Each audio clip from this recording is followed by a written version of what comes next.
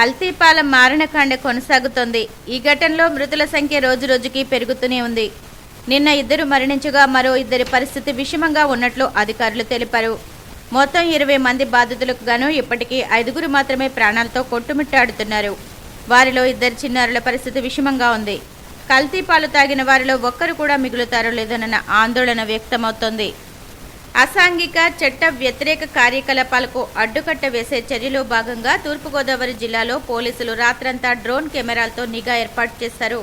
జిల్లాలోని వివిధ police station పరిధిలో నిర్మానుష్యమైన ప్రదేశాల్లో బహిరంగంగా మద్యం సేవించడం, గంజాయి సేవించడం, ఈవ్ టీజింగ్, చైన్ స్కాచింగ్, జోదం తదితర నేరాలు ప్రతిరోజు రాత్రి సమయాల్లో డ్రోన్ కెమెరాలతో నిఘా వేస్తున్నట్లు ఎస్పీ డి నరసింహ కిషోర్ వెల్లడించారు. ప్రత్యేకంగా పాడుపడిన ఇండ్లు, అపార్ట్మెంట్ల మీద నివాస గృహాలపై డ్రోన్ కెమెరాలతో నిఘా పెట్టారు. ప్రజారోగ్యం విషయంలో ఎలాంటి అలక్ష్యం ఉండకూడదని రాజమహేంద్రవరం సిటీ ఎమ్మెల్యే ఆదిరెడ్డి శ్రీనివాస్ స్పష్టం చేశారు. రాజమహేంద్రవరంలోని 43వ డివిజన్ కంటిపూడి స్టీల్ వద్ద ఆర్వో వాటర్ ప్లాంట్ను ఆయన తనిఖీ చేశారు. ఈ సందర్భంగా ఎమ్మెల్యే వాసు మాట్లాడుతూ వేసవి కారణంగా తాగునీటి విషయంలో కూడా ముందు జాగ్రత్త సమీక్ష చేస్తున్నానన్నారు. శ్రీకాకుళం జిల్లాలో తాగునీటి వలన టైఫాయిడ్ వ్యాపించడం చూశామని, అందుకే అలాంటి ఘటనకు తావు లేకుండా అప్రమత్తంగా ఉండాలని అధికారులకు సూచించామని ఆయన తెలిపారు. తరచూ తాగునీటికి సంబంధించిన ఆర్వో ప్లాంట్స్ను తనిఖీ చేస్తూ ఎక్కడైనా తేడాలుంటే సరిచేయాలని ఎమ్మెల్యే వాసు ఆదేశించారు.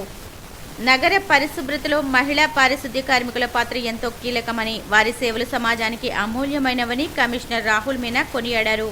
అంతర్జాతీయ మహిళా దినోత్సవాన్ని పురస్కరించుకుని నారీ లీడ్ స్వచ్ఛతా కార్యక్రమంలో భాగంగా నగరపాలక సంస్థ కార్యాలయంలో పలువురు మహిళా పారిశుద్ధ్య కార్మికులను సన్మానించారు. ఈ సందర్భంగా కమిషనర్ ప్రసంగిస్తూ సమాజం పరిశుభ్రంగా ఉండేందుకు ప్రతిరోజు కష్టపడి పనిచేస్తున్న ఈ మహిళా కార్మికులు నిజమైన సేవకులని కొనియాడారు. తెల్లవారుజాము నుండి వీధులన్నిటినీ శుభ్రం చేస్తూ ప్రజా శ్రేయస్సుకై ప్రతినిత్యం శ్రమిస్తున్న ఈ మహిళా మనుల కృషిని గౌరవించేందుకు ఇటువంటి కార్యక్రమాలు నిర్వహించడం చాలా అవసరమన్నారు. అలాగే మహిళలను కేవలం ఏడాదికి ఒకరోజు మాత్రమే కాకుండా ప్రతిరోజు గౌరవించాల్సిన ఆవశ్యకత ఉందన్నారు. ఈ సందర్భంగా కార్మికులకు శాలువాలు కప్పి ప్రశంసా పత్రాలతో గౌరవించారు. అలాగే రంగోలీ పోటీలలో గెలుపొందిన మహిళలకు ప్రశంసా పత్రాలు అందజేశారు. ఈ కార్యక్రమంలో MHO A Vinutna, sanitary supervisor K Ramalingareddy, sanitary ఇన్స్పెక్టర్లు, పారిశుద్ధ్య సిబ్బంది పాల్గొన్నారు. ఆర్థిక సంవత్సరం ముగింపును పురస్కరించుకుని ఆదివారం సెలవు దినమైన పన్నులు చెల్లించేందుకు నగరపాలక సంస్థ కార్యాలయంలోని ట్రెజరీ కార్యాలయాన్ని ఉదయం 9 గంటల నుంచి సాయంత్రం 6 గంటల వరకు తెరిచి ఉంచనున్నట్లు కమిషనర్ రాహుల్ మీనా వెల్లడించారు. పన్ను చెల్లింపుదారులు ఆన్లైన్ ద్వారా cdma.ap.gov.in పోస్టర్లో పన్నులు చెల్లించవచ్చునని తెలిపారు. ఆదివారం Prakash Nagar round park, Kotipalli bus stand, railway station వద్ద గల కన్నమ్మ గుడి, నారాయణపురంలోని వాంబే కాలనీ, విఎల్పురం రైతు బజార్ పక్కన బర్మా కాలనీలో వాటర్ ట్యాంక్ వద్ద గల సచివాలయాల్లో ప్రత్యేక కౌంటర్లు ఏర్పాటు చేసినట్లు తెలిపారు.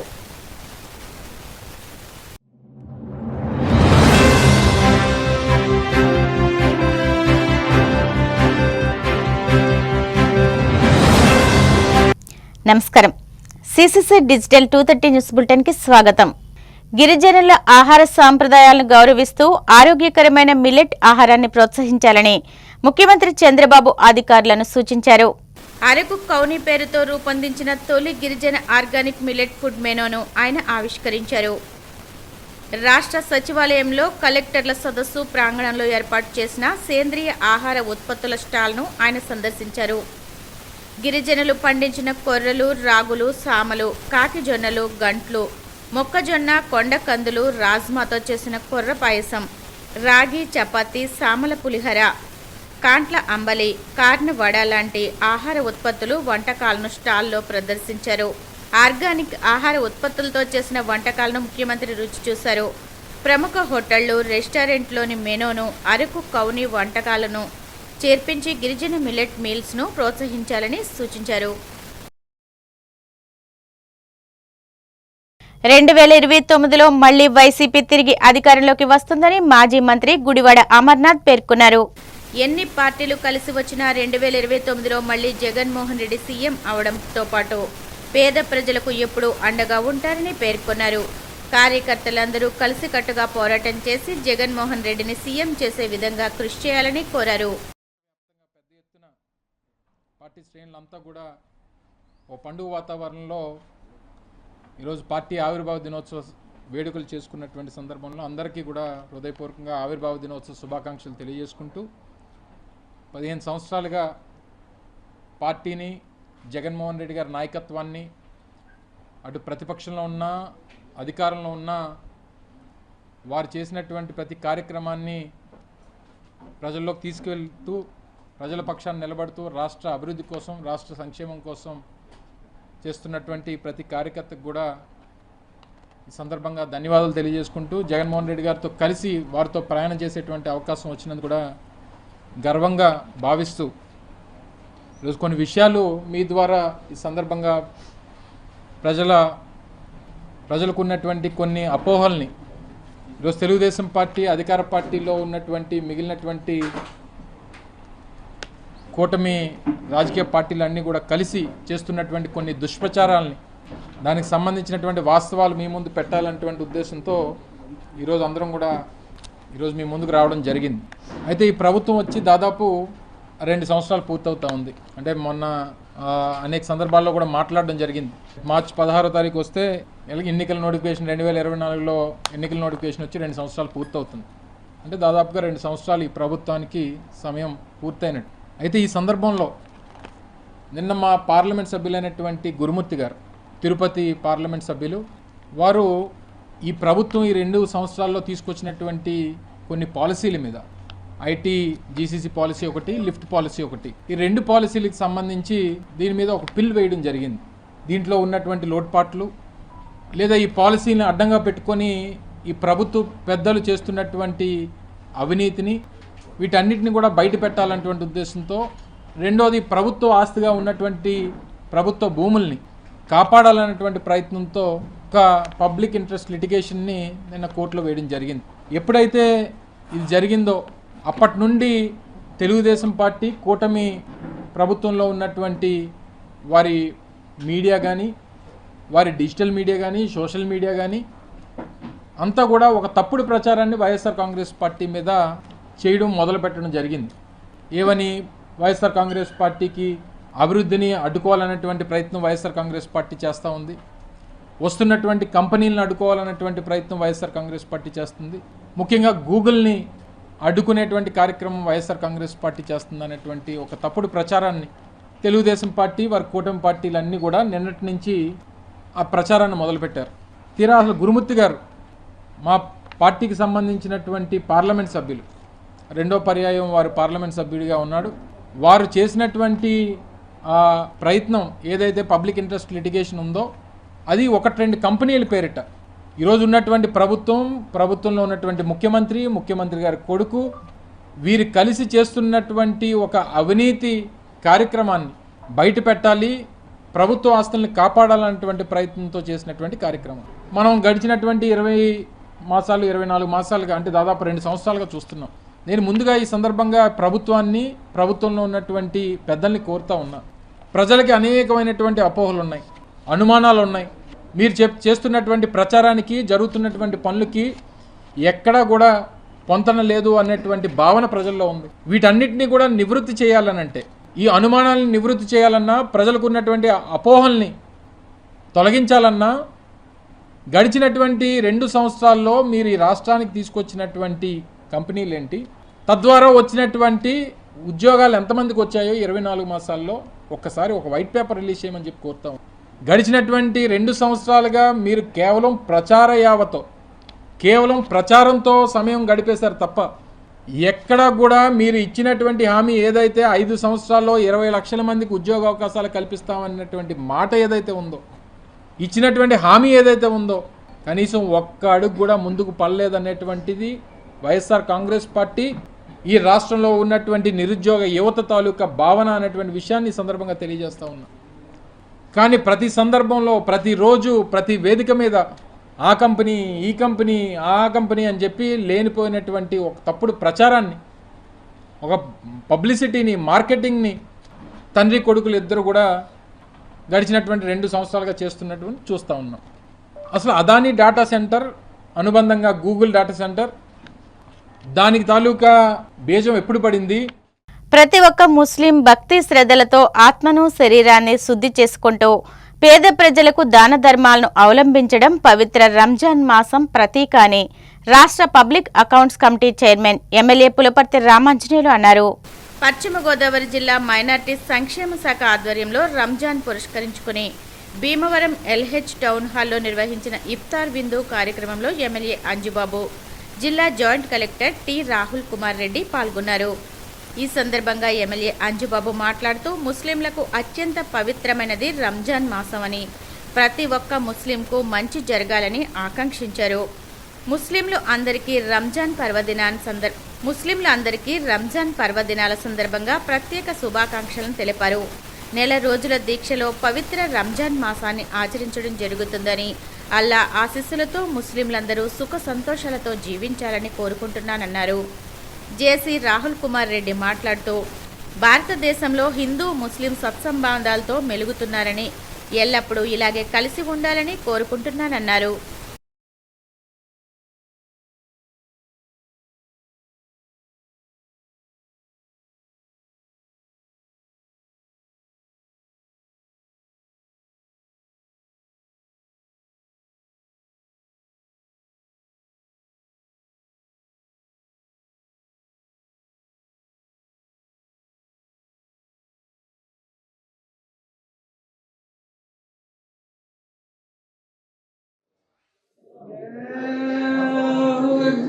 الله أكبر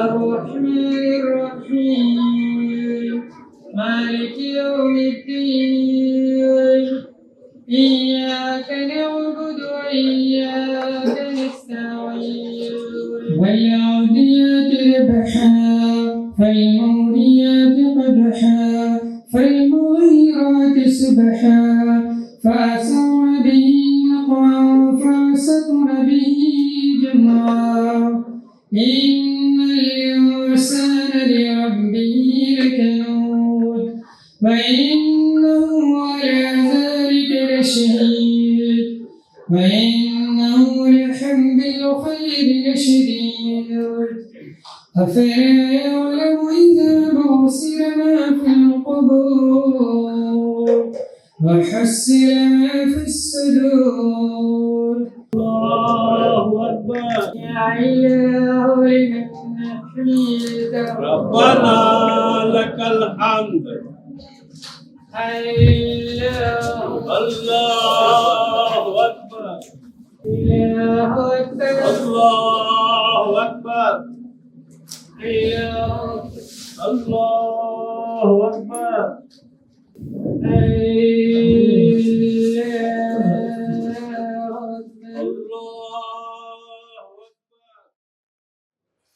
కేరళలో అత్యంత పవిత్రమైనది 9వ నెల. దీన్ని ఆధ్యాత్మిక ఉపవాస దాన ధర్మాలు మరియు క్రమశిక్షణతో జరుపుకుంటారు. ఈ నెల పవిత్ర ఖురాన్ వెల్లడైందని నమ్ముతారు. సూర్యోదయం నుండి సూర్యాస్తమయం వరకు కఠిన ఉపవాసం పాటిస్తూ అల్లాహ్ ప్రార్థనలో గడుపుతూ స్వీయ నియంత్రణ మరియు పశ్చాత్తాపం ద్వారా ఆధ్యాత్మికంగా పెంపొందించుకుంటారు.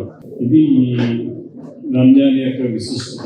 రంజాన్ మాసం యొక్క ముఖ్య విశిష్టతలు ఏంటంటే పవిత్ర ఖురాన్ అవతరణ. ఈ నెలలో పవిత్ర గ్రంథమైన ఖురాన్ మొదటిసారిగా ప్రవక్త ముహమ్మద్కు వెల్లడైందని ముస్లింలు నమ్ముతారు. ఉపవాసం నెల రోజుల పాటు తెల్లవారుజామున సహర్ నుండి సూర్యాస్తమయం వరకు ఇఫ్తార్ వరకు అన్నపానీయాలు మాని భక్తి శ్రద్ధలతో ఉపవాసం ఉంటారు. ఆధ్యాత్మిక క్రమశిక్షణ రోజు పాటించడం ద్వారా స్వీయ నియంత్రణ, ఓర్పు, క్రమశిక్షణ అలవడటానికి, అహ్లాకు దగ్గరవటానికి విశ్వాసం. దాన ధర్మాలు, పేదలకు సహాయం చేయడం, దాన ధర్మాలు, పిత్రాదానం చేయడం ఈ నెలలో చాలా ముఖ్యం. ప్రత్యేక ప్రార్థనలు, రాత్రి సమయంలో ప్రత్యేక నమాజ్ అయిన తహరీస్ మసీదులు సామూహికంగా నిర్వహిస్తారు. కుటుంబం మరియు సామూహిక ఐక్యత. ఇఫ్తారీలో విందుల ద్వారా బంధుమిత్రులను కలుసుకోవడం, ప్రేమ సహాసభూతి పెంచుకోవడం జరుగుతుంది. చివరిగా నెలవంక కనిపించడంతో రంజాన్ ఉపవాసాలు పూర్తయి ఈద్ ఉల్ ఫితర్ వేడుకలు జరుపుకుంటారు. ముస్లిం సోదరులందరికీ పవిత్రమైన నెల ఈ నెల.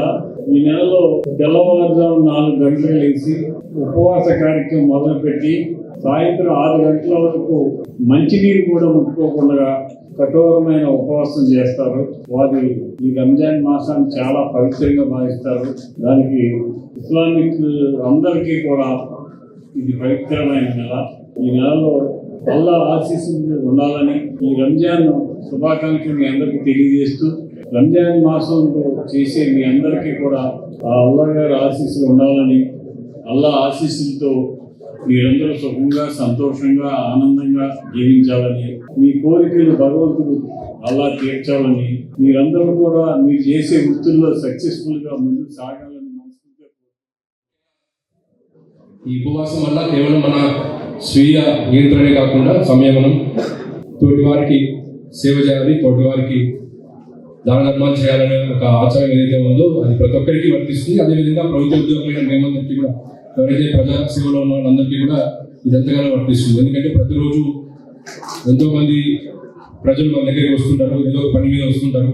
వాళ్ళందరినీ ఓపికగా వినడం, చేతనైనంత వరకు చట్ట ప్రకారం ఏదైతే చేయగలుగుతామో వాళ్ళందరినీ పేషెన్స్గా, ఎందుకంటే చాలా సమస్యలు ఇప్పుడు సోమవారం తీసుకుంటే కొన్ని 150 నుంచి 200 మంది పిటిషన్స్ పట్టుకొని మా దగ్గరికి వస్తూ ఉన్నారు. వాళ్ళందరినీ కూడా ఓపికగా వింటూ చేయగలుగుతామో లేదా అనేది పక్కన పెట్టేస్తే వాళ్ళని వినడం అనేది చాలా చాలా ఇంపార్టెంట్.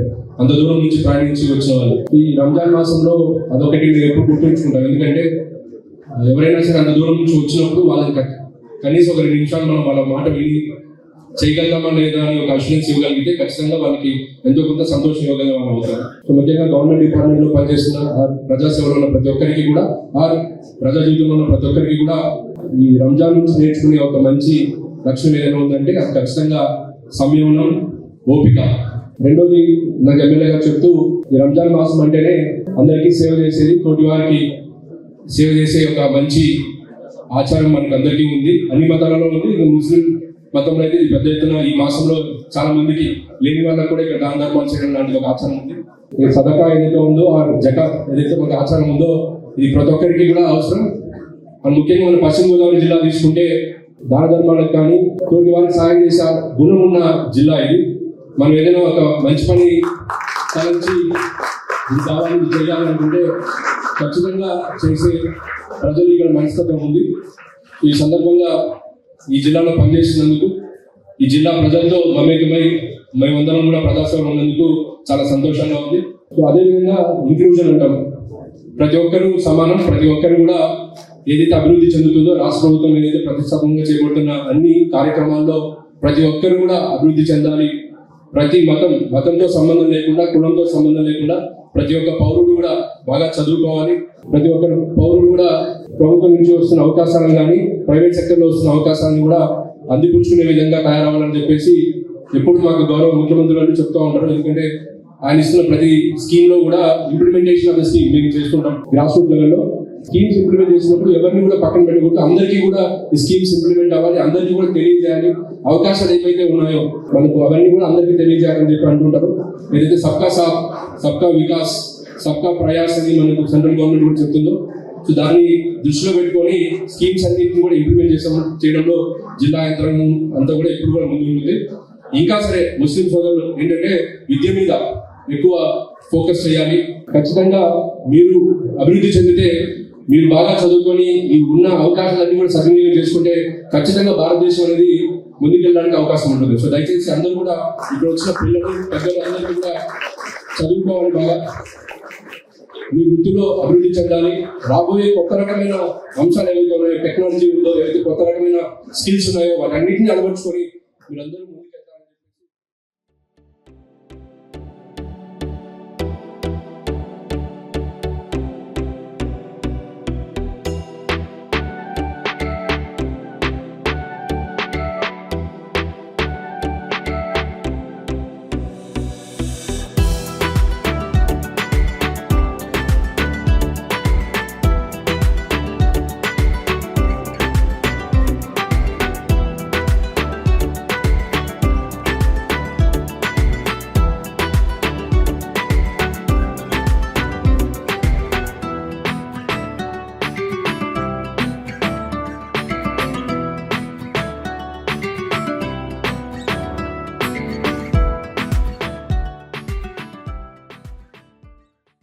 పశ్చిమ గోదావరి జిల్లా భీమవరం నియోజకవర్గ తెలుగుదేశం పార్టీ కార్యాలయంలో నియోజకవర్గ ఇన్ఛార్జ్ పొలిట్ బ్యూరో సభ్యురాలు తోట సీతారామలక్ష్మి ఆదేశాల మేరకు ప్రజల నుంచి టీడీపీ రాష్ట్ర కోశాధికారి మెంటే పార్థసారథి నాయకుల సమక్షంలో అర్జీలను స్వీకరించారు.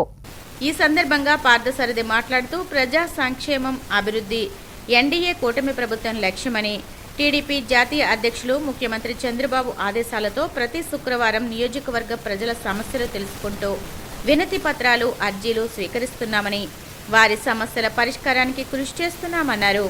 టీడీపీ రాష్ట్ర కార్యదర్శి కోళ్ల నాగేశ్వరరావు మాట్లాడుతూ తమ దృష్టికి తీసుకువచ్చిన వితంతు పెన్షన్లు, వయోవృద్ధుల పెన్షన్లు, గత వైసీపీ ప్రభుత్వంలో వివిధ కారణాల వల్ల నిలిపివేసిన పెన్షన్ల అర్జీలు పరిష్కారానికి కృషి చేస్తామన్నారు.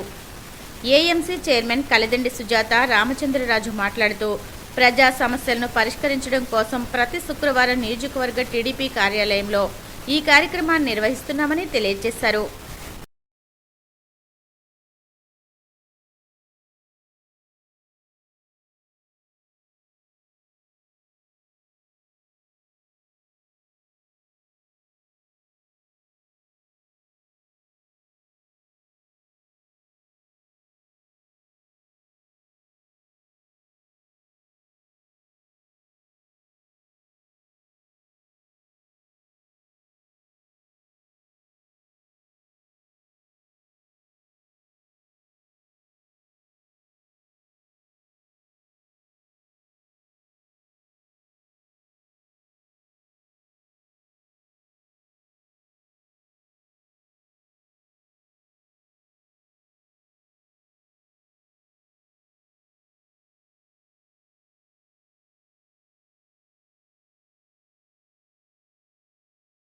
నియోజకవర్గం తెలుగుదేశం పార్టీ కార్యాలయంలో నియోజకవర్గ ఇన్ఛార్జి తోట సీతారామలక్ష్మి గారి యొక్క ఆధ్వర్యంలో ప్రతి శుక్రవారం కూడా గ్రీవెన్స్ సెల్ నిర్వహించడం జరుగుతుంది. ఈ రోజున సుమారు 125 మంది గ్రీవెన్స్ లో వారు అర్జీలు పెట్టుకోవడం జరిగింది. దీంట్లో ప్రధానంగా ఓల్డేజ్ పెన్షన్స్, అలాగే విడో పెన్షన్స్, వికలాంగులు, డయాలసిస్ చేస్తున్నటువంటి పేషెంట్స్ కూడా వారి దరఖాస్తులు ఇవ్వడం జరిగింది. అతి ఫండ్ గురించి కూడా వైద్యం చేయించుకుని వారికి ఆర్థిక సహాయం అందించాలని చెప్పి సీఎం రిలీఫ్ ఫండ్ కూడా దరఖాస్తు పెట్టుకోవడం జరిగింది. రాష్ట్ర వ్యాప్తంగా 175 నియోజకవర్గాల్లో కూడా అన్ని శాసనసభ నియోజకవర్గాల్లో కూడా ఇన్ఛార్జీలు, అలాగే శాసనసభ్యులు ఈ గ్రీవెన్స్ సెల్ నిర్వహించి ప్రజల యొక్క సమస్యలు పరిష్కరించాలని చెప్పి జాతీయ తెలుగుదేశం పార్టీ అధ్యక్షులు, రాష్ట్ర ముఖ్యమంత్రి శ్రీ నారా చంద్రబాబు నాయుడు గారి ఆదేశాల మేరకు ఈ కార్యక్రమం నిర్వహించబడుతుంది. మరి ఎన్నికల ముందు ఏమైతే వాగ్దానాలు చేసామో అన్ని వాగ్దానాలు కూడా సంక్షేమ పథకాలన్నింటినీ కూడా అమలు చేయడం జరుగుతుంది.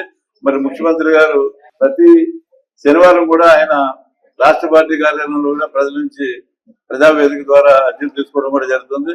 ప్రజలకి ఇబ్బంది కలుపుకోకుండా మరి తోట సీతారామలక్ష్మి గారు వచ్చినటువంటి అర్జీదారులందరికీ కూడా భోజన సదుపాయాన్ని కూడా ఏర్పాటు చేసి వారికి ఏ విధమైనటువంటి ఇబ్బంది కలుపుకోకుండా మరి చూడడం జరుగుతుంది. అలాగే ఆఫీస్ స్టాఫ్ కూడా వచ్చిన అప్లికేషన్ అన్ని కూడా పరిశీలన చేసి అవన్నీ తదితర అధికారులకి పంపించి మీ త్వరితగతిని మీ యొక్క సమస్యలు పరిష్కరించడానికి అన్ని చర్యలు తీసుకున్నారు. కాబట్టి మీరు అందరూ కూడా త్వరలోనే పెన్షన్స్ కానీ, హౌసింగ్ కానీ, సీఎం రిలీఫ్ ఫండ్ కానీ అన్ని కూడా తొందరలో మీకు వచ్చే విధంగా అన్ని పనులు పూర్తి చేసి మీకు న్యాయం జరిగే విధంగా తెలుగుదేశం పార్టీ, జనసేన, బీజేపీ కూటమి ప్రభుత్వం సహకరిస్తుందని చెప్పి తెలియపరుస్తుంది.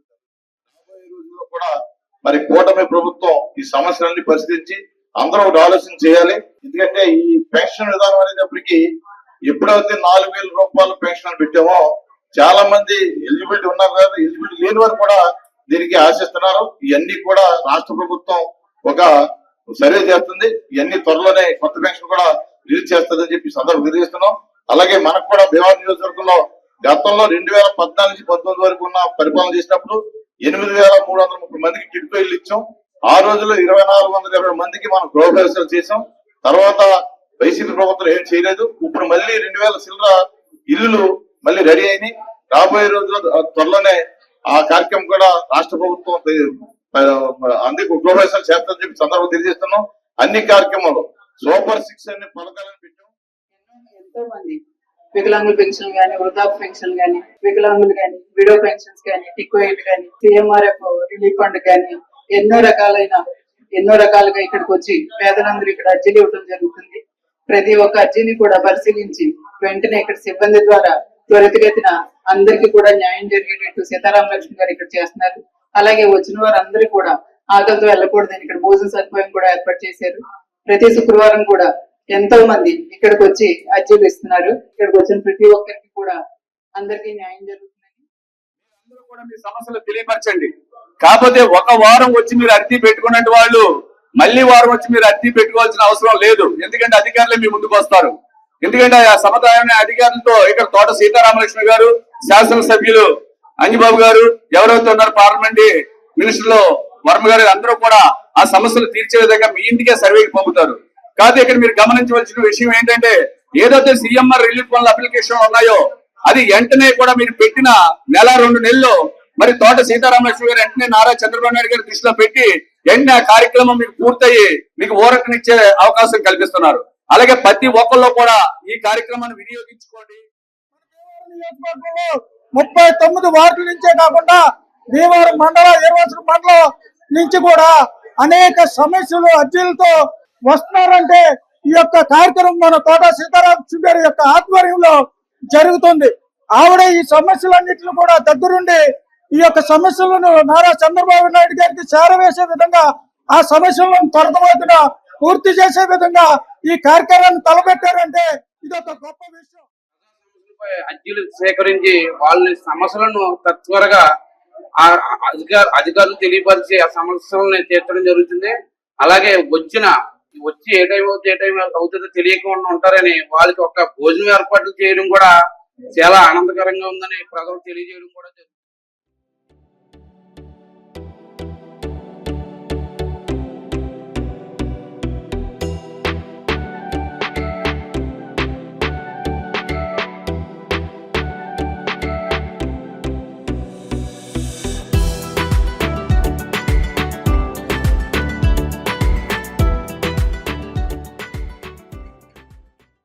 డ్రగ్స్ రహిత సమాజం మనందరి బాధ్యత అని, ప్రస్తుతం యువత డ్రగ్స్ పట్ల మక్కువ చూపుతూ జీవితం నాశనం చేసుకుంటున్నారని డీఎస్పీ రఘువీర్ విష్ణు అన్నారు.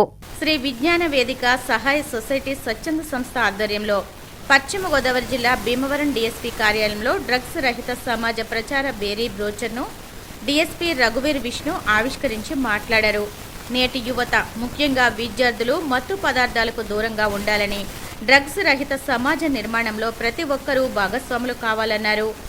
డ్రగ్స్ అక్రమ రవాణా, విక్రయం లేదా వినియోగం చేస్తూ కనిపించినట్లయితే 1908 టోల్ ఫ్రీ నెంబర్ లేదా డయల్ 100కు వెంటనే సమాచారం అందించాలని కోరారు. విద్యార్థి దశ జీవితానికి అత్యంత కీలకమైన పునాది అని, ఈ సమయంలో ఆకర్షణలకు లోనై మత్తు పదార్థాల బారిన పడితే భవిష్యత్తు అంధకారమవుతుందని అన్నారు. ఇది ఆరోగ్యాన్ని మాత్రమే కాదు, కుటుంబాన్ని, కలలను కూడా నాశనం చేస్తుందన్నారు. కార్యక్రమ కన్వీనర్ చెరుకువాడ రంగసాయి, సహాయ సొసైటీ స్వచ్ఛంద సంస్థ వ్యవస్థాపకులు జవెళ్ల సత్యసుధామ మాట్లాడుతూ భవిష్యత్తు తరాల కోసం డ్రగ్స్ రహిత సమాజం నిర్మించడమే అందరి లక్ష్యమని, మత్తు పదార్థాలకు నేటి యువత దూరంగా ఉండాలన్నారు. మహాత్మా గాంధీ స్ఫూర్తితో మద్యరహిత సమాజాన్ని తయారు చేయాలని నిర్మిద్దామని సమాజంలో డ్రగ్స్ లేకుండా తరిమి కొడతామని ప్రతిజ్ఞ చేస్తున్నాము.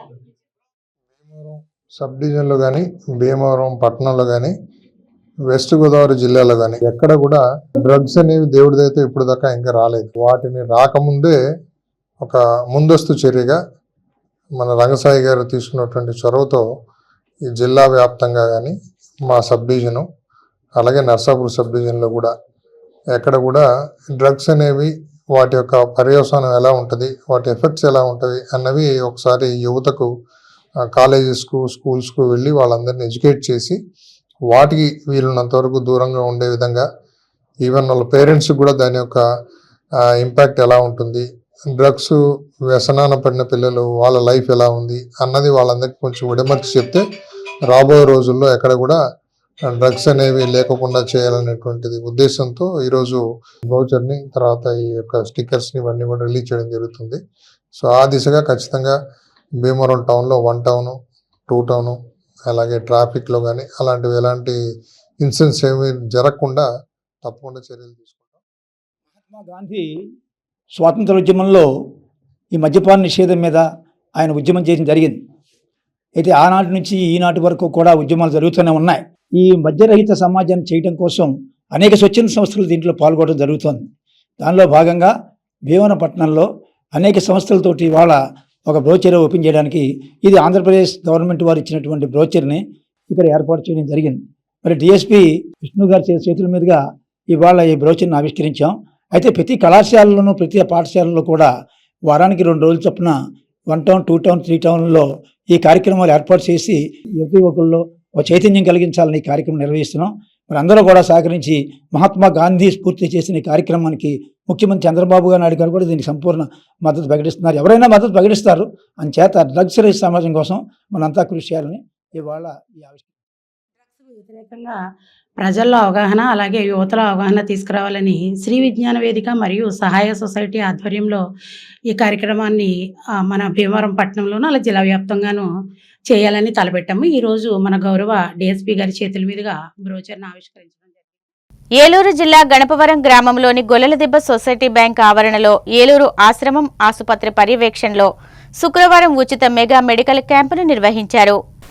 క్యాంపులో గుండె, ప్రసూతి, స్త్రీల సమస్యలు, ఎముకల, కీళ్ల సమస్యలు, చెవి, ముక్కు, గొంతు, చర్మ వ్యాధులు, కంటి సంబంధిత వ్యాధులకు, జనరల్ బీపీ, షుగర్కు వైద్యులు పరీక్షలు నిర్వహించి ఉచితంగా మందులు పంపిణీ చేశారు.